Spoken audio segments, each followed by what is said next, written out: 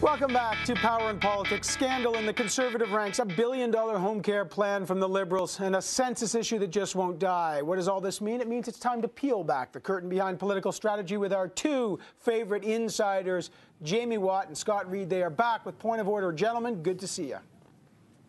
Hey, Evan. Good to be here. Gents, before I start today, I know much complaining on the tweets and the blogs about our little bell last week. We have innovated, we have listened, we are transparent, of course. Jerry Wideshot here.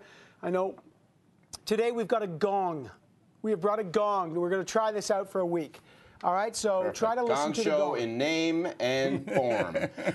Well, perhaps this segment... that'll be tweeted about. Here we go. First on the order paper. The minister, Christian Parodi, Minister of Natural Resources, news this week that one of his aides, Sebastian Talnieri, may not be the only one of Mr. Parodi's aides who tampered with access to information requests. How much of a liability is this scandal about blocking access to information for the government? Let's start. Nice. With Scott Reid. Thanks, Chuck Berry. I think it's a big problem for the government because, Of course you would. Of course I know, but I honestly think it's a big problem for the government because they don't want to step up to the plate on ministerial accountability. I believe that whether it's before the investigation, during the investigation, after the investigation, there's no question about Parodi's fate. He is going down like Sam Ronson. This thing is over. He literally built his defense around the fact that one guy went rogue and was tampering with access to information requests. Now we know that that's not true. And we knew before that wasn't true. You know, Guy Giorno might tell people, don't interfere. But there's a big difference between what you're told and what you're taught. And when you look at this government, and when you look at this prime minister, and when you look at the way that they handle information, when you look at the culture of secrecy, when you look at the culture of tarring people who ask tough questions, you know darn well these guys are just doing what they've been taught at home. No, it's not about what they've been taught at home. Actually, what we're seeing, we talk about pulling back the curtain, we're actually seeing a systemic problem that is occurring right now in Conservative offices because the Conservatives are in government, and it will occur in Liberal offices when the Liberals are in government. And that's because we have no way of preparing these young people for these jobs that they have. All of a sudden, these 20-something-year-olds come to office. From day one, they begin drinking from a fire hose. They don't even know where the bathroom is. And as they try and figure out their way through the system and navigate the system without any training and preparation, they're going to make mistakes. That's no surprise. People understand that. And that's what's happened here. They've apologized for that. The government's taken action. The Chief of Staff, the Prime Minister, has been very clear about what the outcome is, and that the political staffers have no business in this. And I can tell you, things are going to change. Do they not hear the gong, folks? Do they not hear the gong? Because when it's your turn, you're going to have the same problem. Next give me a break, question. You know? Next topic. We heard the gong. You're going to drink from a gong. You're going to drink from a fire hose. You better learn what the bathroom is. They want to spend $1 billion on home care. They say they'll do it by rolling back corporate tax cuts. Is this a winning strategy? Corporate tax cuts or family home care? Jaime Watt. You know, I think Prime Minister Harper had this right when he said this is more retread policy for 1997. They couldn't do it in 1997. They can't do it now. You know, there's some other things that were popular in 1997. PT Cruiser, square toe shoes, the Backstreet Boys. I don't think they were so great back then.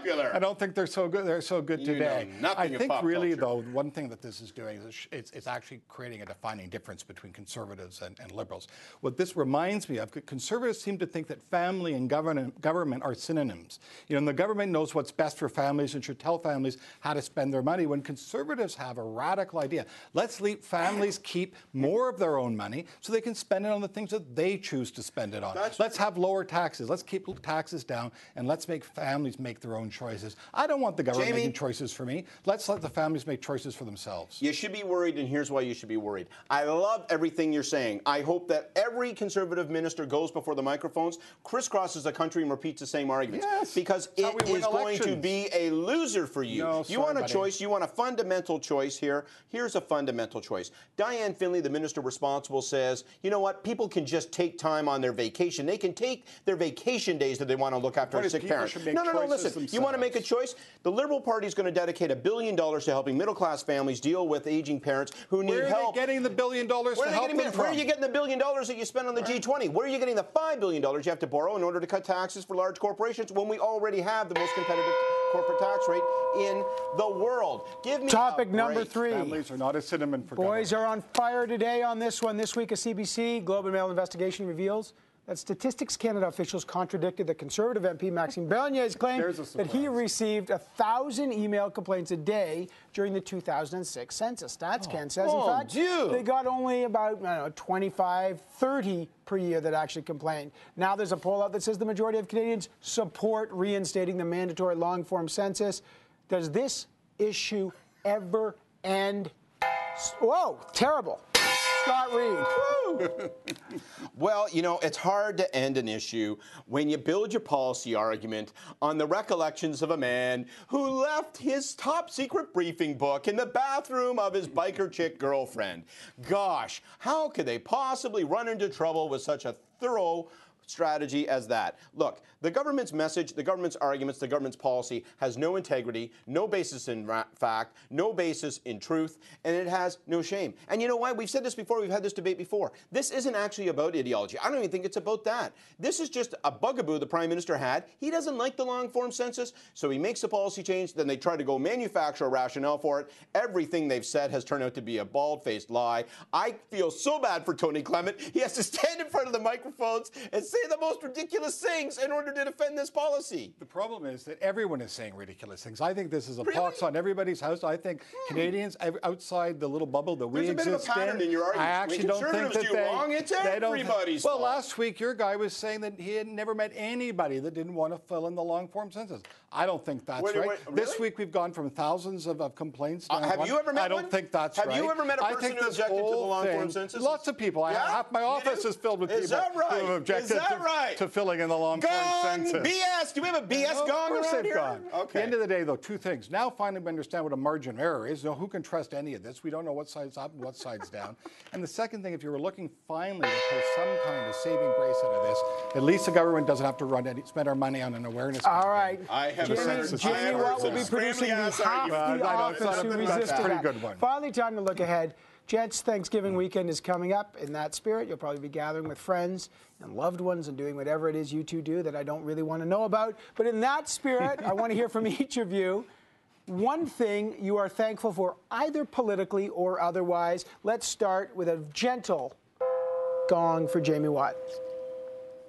Well, Evan, you know, we talk about politics and about policy here. This week, for me, the policies become personal, and I have to be thankful for the healthcare system. You know, Scott, my dad had all-day surgery yesterday at Credit Valley Hospital in Mississauga, and never could you be so happy to be a Canadian, from the incredible care that he got from the skill of the surgical team to the nurses and whatever in the recovery team to Michelle DeManuel, who runs that place, and the leadership that she provides. It couldn't possibly have been any better. And it made me very proud to be a Canadian and reminded me, even if we sometimes push and shove a bit on the healthcare system here and there, when you really need it, it's there for you and your family. Well, that's great. Well, I have a lot to be thankful for as well, and I'm going to actually start by being thankful that your dad is on his road to recovery and doing well. That is a sentiment we all share. On a less glorious note, I have lots of things that I'm thankful for. You know, at this time of year, I'm thankful for Blake Lively. I'm thankful for the fact that the Habs are going to lay a licking on the Leafs tonight. Oh, sweet, NHL is back. But if I'm going to talk about politics for a moment, you know what? In all seriousness, one thing I feel thankful for is I'm thankful for the fact that the Liberal Party has Ralph Goodale as its deputy leader. And, you know, you need a leader in order to lead, but you need a workhorse in order to win. And Ralph, been in Parliament for almost 20 years, was the finance minister, breathes credibility, reeks honesty. And this is a guy who I think, as the Liberal Party starts to marshal itself, comes out of a good summer, starts to define its message, starts to talk about what hurting middle-class Canadians and how we're going to respond to it. I'm awful lucky and I'm awful glad that we got Ralph on our side.